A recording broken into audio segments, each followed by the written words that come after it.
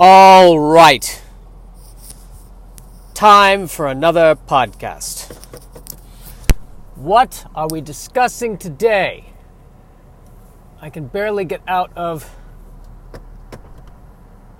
where I'm parked because they left me no room.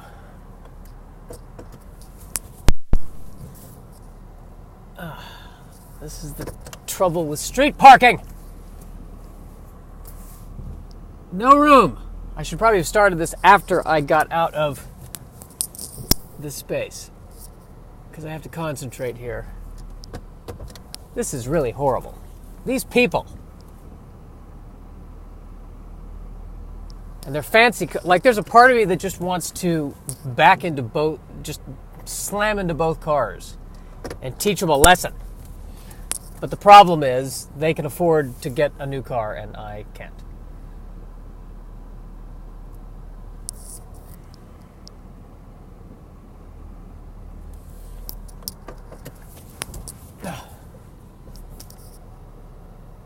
I think, now, of course, as I'm trying to get out, now she leaves.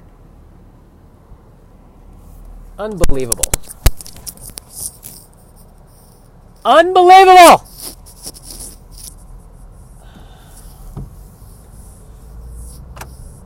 Range Rover. Stuck in between a Range Rover and a Porsche.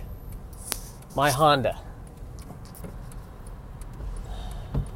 It's an Oreo cookie, except instead of a creamy filling, the filling is failure.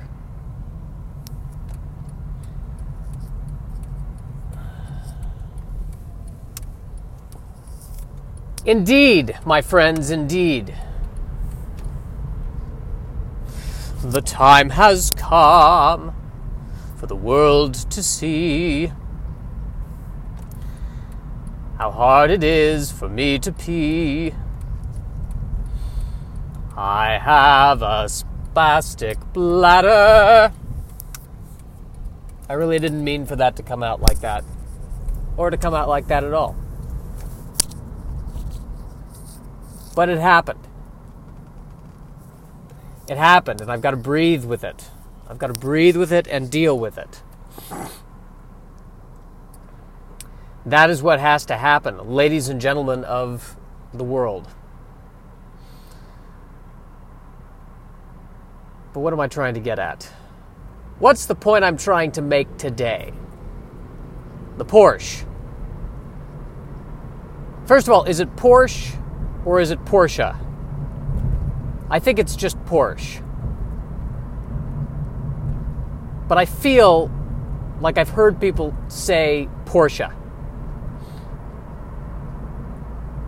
We're going to go with Porsche for the remainder of this podcast. I'm going to make a choice.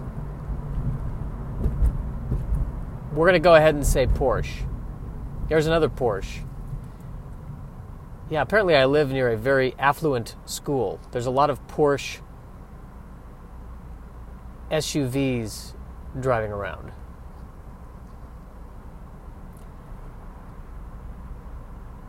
I don't like these fancy SUVs. They bother me. It bothers me to see a Porsche SUV. Porsche is supposed to be they make sports cars. They're supposed to make unsafe, cramped, miserable sports cars. That the only thing you get out of it is feeling the wind on your face as you're driving 500 miles an hour on the Pacific Coast Highway. That is what a Porsche is supposed to be. It's not supposed to be the vehicle in which you take children to soccer practice. Best case scenario, you take one child in a Porsche sports car to soccer practice, and it's the child that you had with your co-star when you had a torrid 2-month relationship while on the set of a movie 5 years ago, and now you're just getting to know your daughter as you are experiencing a career crisis and you have just bottomed out on a decade of drugs and alcohol. That's what a Porsche is supposed to be. people. That is what it is supposed to be.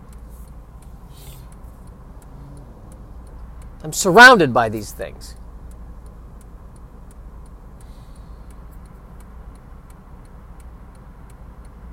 I don't like it when they try to make SUVs sexy. Or when they try to make minivans sexy. No, I want the van to look as van as possible. I want the van to say, yeah, I'm a van. That's what I am. We're not going fast here.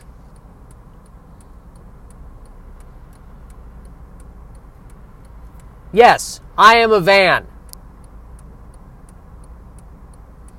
The amount of money that is being spent on the braces of the children inside this van equals the cost of the van. That's the kind of van I want. I personally don't want a van. That's the van I like looking at. I don't like these faux sexy vans. I'm not a fan of the van, of the sexy van. Vans are supposed to be unsexy. These are the rules.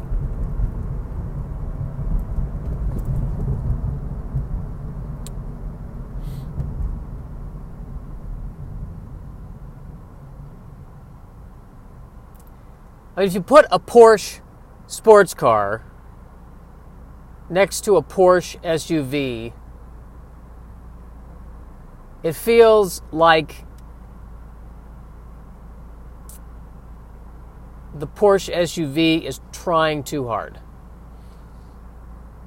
The Porsche SUV is the guy at the party who's trying to have a conversation with the cool guy at the party, and the cool guy is tolerating it barely.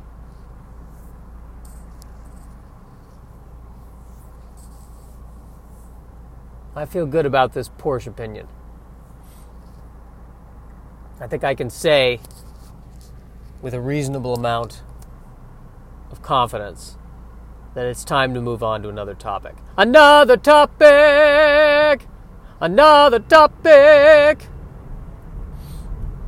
I'm tired of everybody telling me that their stuff is fresh.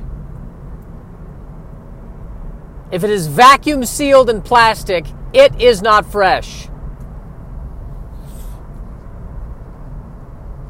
Stop using the word fresh. If you pick the apple directly from the tree, then it is fresh. But if it has the word fresh printed in ink on packaging, it is no longer fresh. Period. Stop it with the fresh. I want them to replace the word fresh on this packaging with, we're trying, but it's not really fresh. But we're trying. Those exact words.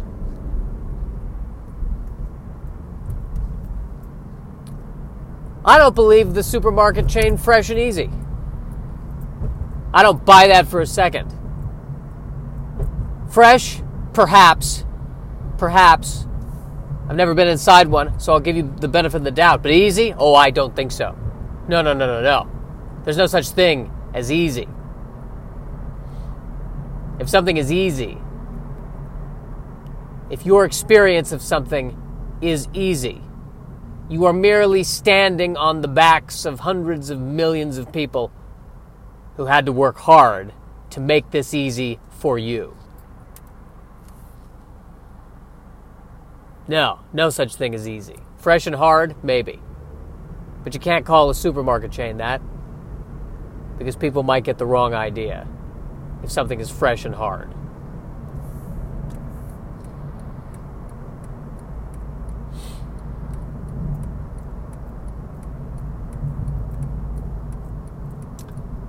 About to make a right turn where there's always a lot of people crossing. But I can't come down on any of these people because they are using the crosswalks. They are obeying the laws. They are pedestrians. They have a right to be there. I can't complain about them. Because if I complain about them, I am in the wrong. Plain and simple.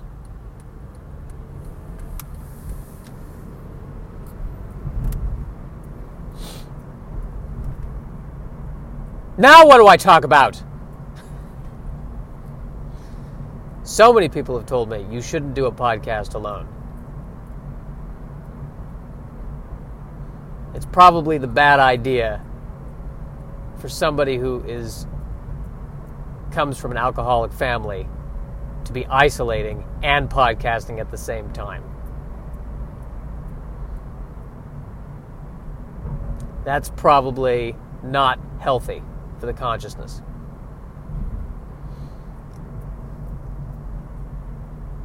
I always like reading about Carl Jung, or is it Jung, or is it Karl Porsche? Hey, callback! Carl Jung, The Collective Unconscious, which I believe, and correct me if I'm wrong, that the collective unconscious is a vast wealth of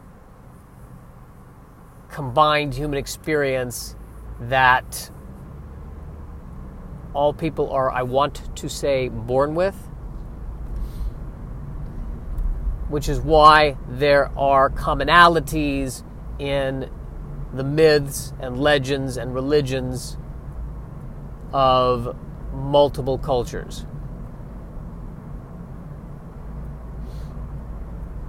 The one I was reading about recently that I enjoyed was, and I'm not sure if this is a common belief or if the image is based on one particular belief of why the wind exists.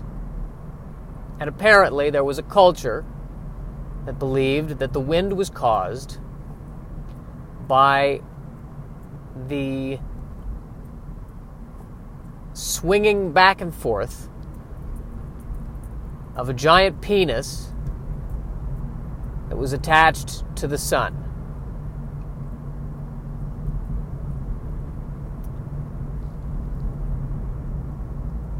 Here's what I absolutely love about that.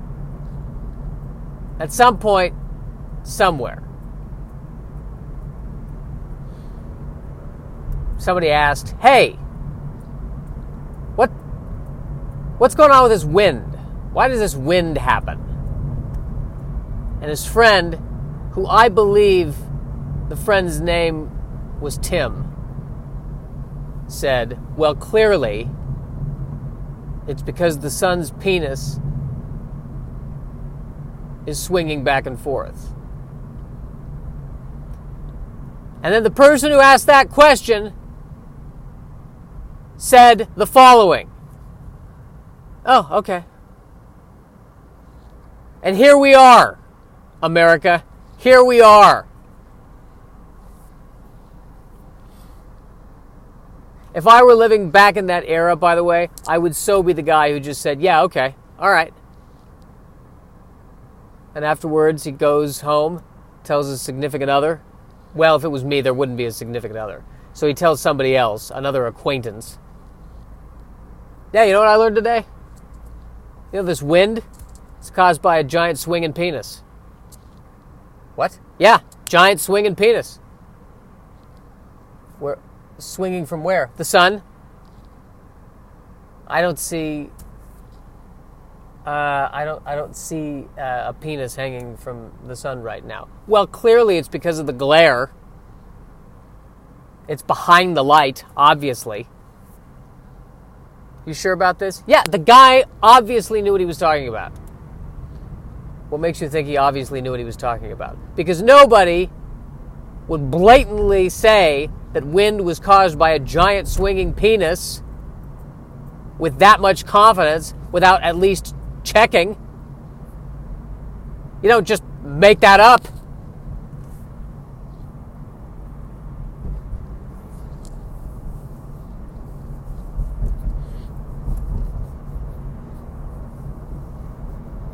Must have been difficult the day that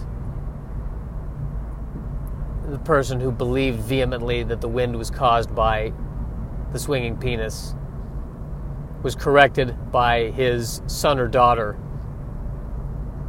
who received a better education. No, Dad, it's not a swinging penis.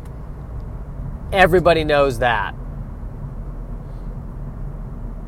It's caused by a giant rabbit who's blowing in our ears. Clearly. That's what they're teaching in school now. What's wrong with you, Dad?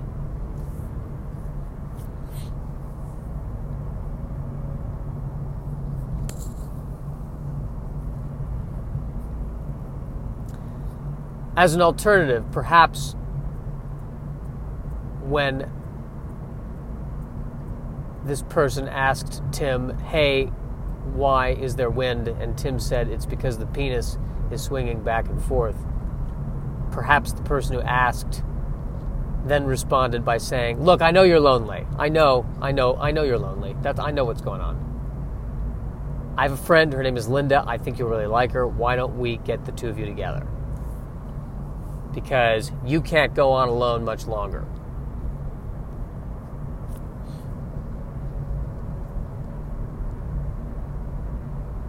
So I've been trying to do this thing. I'm changing the subject, by the way. Changing the subject, changing the subject. I just took the theme from Little Shop of Horrors and changed it to changing the subject.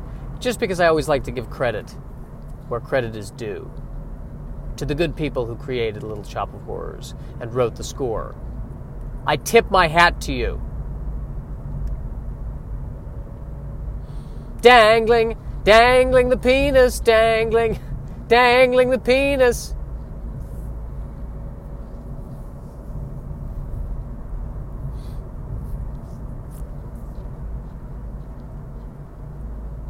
I really enjoyed that one.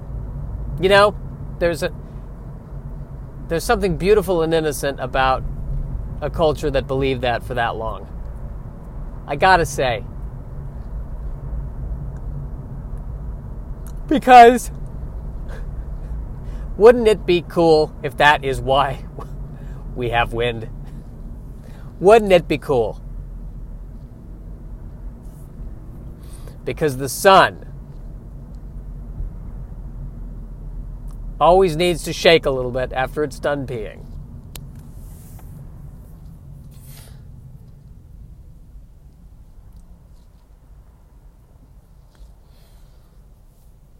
I think it's awkward to jump from this topic of discussion to Nancy Drew, but I'm seeing a Nancy Drew poster. I've never read any of the Nancy Drew books, but my understanding is that this is a character that's been around for, 80, 90 years, and the books are always written by different people. Like, it's gotten to the point where I don't know that most people, I certainly don't know, but I think most people don't know who the original author for Nancy Drew was. I mean, I guess in a way, it's kind of like the comic books. It's like a Batman or Superman, where it's become such an iconic character, and multiple authors have contributed to the character, that it's not associated with one person. Interesting how Bond, even though now there are new novels and there's movies, but everyone knows it's Ian Fleming who, or not everyone, but most people know it's Ian Fleming who created it. And actually, as I say this, it's becoming more and more relatively common knowledge who created Superman, who created Batman. Maybe it's common knowledge on who created Nancy Drew, and I'm just an idiot. That is entirely possible. You want to know who created Nancy Drew? How Nancy Drew was created? Well, as the sun was swinging its giant penis to create the wind, the sun said to itself, I've got a great idea for a children's mystery novel. I think I'm going to put pen to paper. Just as soon as I finish airing myself out, I'm going to go ahead and get this down.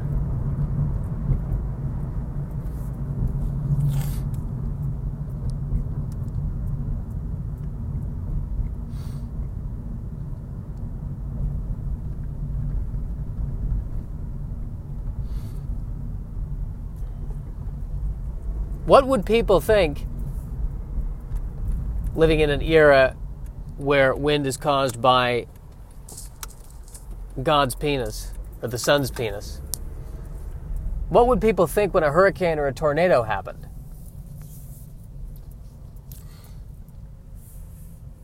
What would be that explanation?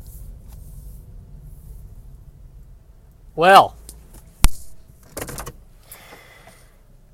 it looks like the sun, the sun got a little excited, and the sun met someone. The sun met someone named Linda, and things went well. They had a nice time, and at the end of their evening, well, let's just say, I think the hurricane speaks for itself, doesn't it?